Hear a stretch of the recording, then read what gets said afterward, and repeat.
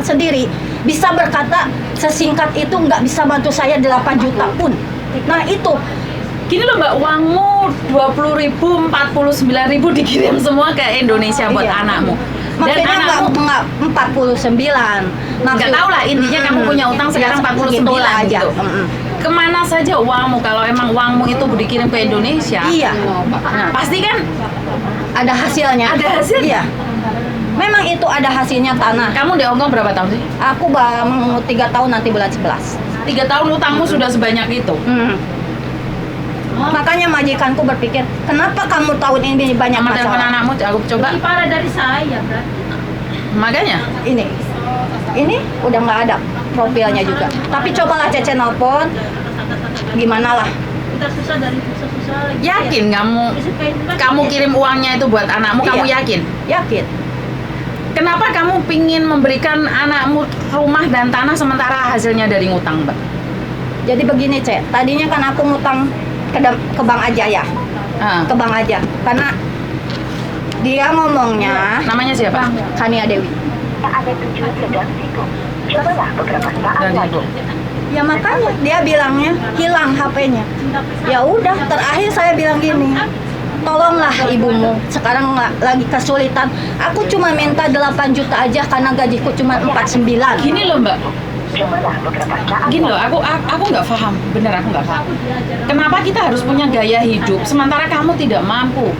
Itu utang Bang, kamu sendiri yang akan mengembalikan suatu saat. Kalau kamu tidak ada masalah lain, Iya. semuanya lancar saja. Tapi kan kamu tidak tahu, Iya. sudah punya utang Bang, masih nggak adain paspor buat anak-anak lahiran. Emangnya di Indonesia sana nggak bisa dia cari uang sendiri? Dan Samen bilang nggak bisa, karena Samen terbiasa memanjakan anak. Ya memang saya membahayakan anak. Sudah mementingkan diri sendiri. Karena saya berpikirnya semua apapun, walau nyawa seorang ibu saya bisa kasih, begitulah. Karena saya nggak punya ibu, nggak punya bapak. Karena suami saya juga saya nggak punya. Terus di pikiran aku ini yang bisa diandalkan cuma darah daging sendiri. Sebentar, Mbak. Sekarang tak tanyain, darah dagingmu sekarang pun matiin HP. Iya. Makanya saya berdoa sama Allah, kok setinggal ini anak saya. Padahal saya selama ini berkorban untuk dia. Tutup enggak ini deh. Sabar sayang, sabar. Ya. Maksudnya gimana nggak paham, Mak? Ya, selama ini saya sudah mengorbankan apa saja untuk kebahagiaan anak saya. Sampai pasporkan nyawa saya tahu itu paspor nyawa saya. Tapi saya mementingkan dia. Sebentar, pertanyaannya. Yakin itu uang dikasihkan anakmu semua? Yakin? Seandainya anakmu sekarang dengerin suara kamu, Ya. ada nggak pesan buat anakmu? Ya kalau aku minta tolong lah supaya paspor aku kembali, karena majikanku sekarang sudah mendesak, dia sudah ngancam mau notis saya. Karena itulah senjata saya, paspor saya, biar saya bisa pulang ke Indonesia mengatasi semua masalah saya dengan anak Mbak, saya. jangan rame dulu ya sebentar, Mbak. Segini loh, Mbak, aku masih nggak bisa ngehitung. Banyak. Utangmu sudah segitu banyak, beli tanah, terus masih nggak adain paspor untuk ngelahirin anak. Oke lah, aku paham. Tahu resikonya kan? Iya, Saat tahu. di interminit lah. Tahu saya itu. Terus anakmu sekarang 1 sen pun nggak bisa membantu. Kasar orang ngomong 1 sen pun nggak membantu karena dia sudah ngeblok kamu loh. Iya, memang. Karena itulah saya berpikir, saya tidak menyangka sama sekali darah daging sendiri bisa setega itu. Saya sudah ngomong, kalau ibumu di penjara di sini, Dok, diam, Dok. yang ada mati. Tapi responnya dia cuma nggak menjawab, nggak menghormati saya, nggak ada kata maaf. Maaf Bu, aku nggak bisa bantu. Ya manislah seorang anak bisa mengambil hati seorang ibu, tapi dia nggak ada sama sekali. Nah itu aku tidak menyangkanya, itu Cek. Selama ini saya menangis bukan karena benci, bukan karena dendam, tapi sakit hati Cek. Seorang ibu yang berkorban dari Singapura ke sini habis-habisan buat dia, tapi nyatanya dia curhat, dia beli tanah sama saudara suaminya. Dia sharing masalah tanah itu.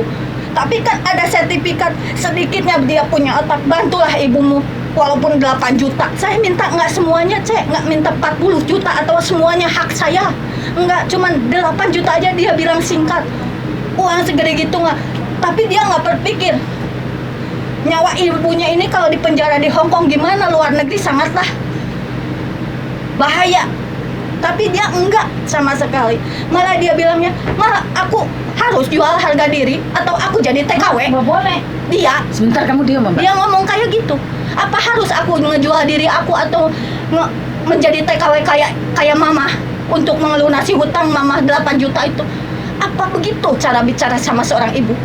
Sebentar, anakmu Iya. menjawab, mengatakan bahwa apakah aku harus jadi TKW Iya. sama denganmu Iya. untuk membayar hutang itu? Ini ada Cek di sini. Dia SMS sama aku, dia nggak berani ngomong sama aku. Dia cuman SMS. Semua dia tanah beli ada di sini. Cuman bahasanya nggak bahasa Indonesia. Mungkin kalau ada orang Sunda di sini mungkin bisa mengerti lah. Tapi di sini orang Indonesia. Sebentar. Siapa? Saya. Oke. Sebentar. Enggak. Sebentar. Oke, sekarang intinya uang itu kamu kirimkan semua sama anakmu. Iya. Kamu kirimin SMS-nya ke aku, tak masukin di Facebook. Inilah anak yang tidak berbakti Iya. sama orang tua. Satu. Kedua, semua sudah terjadi dan tidak ada solusi lagi. Solusinya tetap dibayar karena utang. Soalnya semua orang sudah selalu ngomong Hong Kong itu kebanyakan utang. Sampai saya tuh sebenarnya pusing. Sebenarnya saya itu tidak mau menanggapi dengan curhatan hutang. Tapi karena sampean tidak ada tempat lain lagi selain ngobrol sama saya, makanya saya dengarkan. Tapi sekarang nggak bisa apa-apa, Mbak, kecuali kamu fokus sama kerjaanmu. Kenapa saya ngomong seperti itu? Kalau kamu happy travel, kenapa? Kamu mau pulang? Iya harus pulang lah. Lo kan belum di interminute, Iya belum. Cuman kan saya tanya-tanya. Karena kan majikan udah dimatiin dulu. nggak membantu apa-apa. Karena mungkin jujur lah, mungkin kecewa. Iya, saya menyadari dia pasti kecewa. Saya jujur semuanya masalah saya. Dia mau marah atau dia mau bunuh saya juga, saya udah menyerah. Yang penting saya udah jujur semuanya. Gini, Mbak, majikanmu belum nginterminate kamu kan? Belum. Cuma dia udah ngancam mau notis buat Oke. saya. Wajar, Iya. majikan marah wajar. Iya. Cuman kamu percaya nggak kalau doa merubah segalanya? Iya. Yang aku bisa sarankan ke kamu, solusinya ke kamu adalah berdoa dan berharap majikan berubah menjadi baik dan kamu pelan-pelan bayar utang. Karena kalau kamu nggak fokus, sekarang itu kamu nggak fokus loh, dari nada bicaramu kamu itu emosi terus, marah terus, kecewa banget sama anakmu. Aku tahu, bukan salahmu. Karena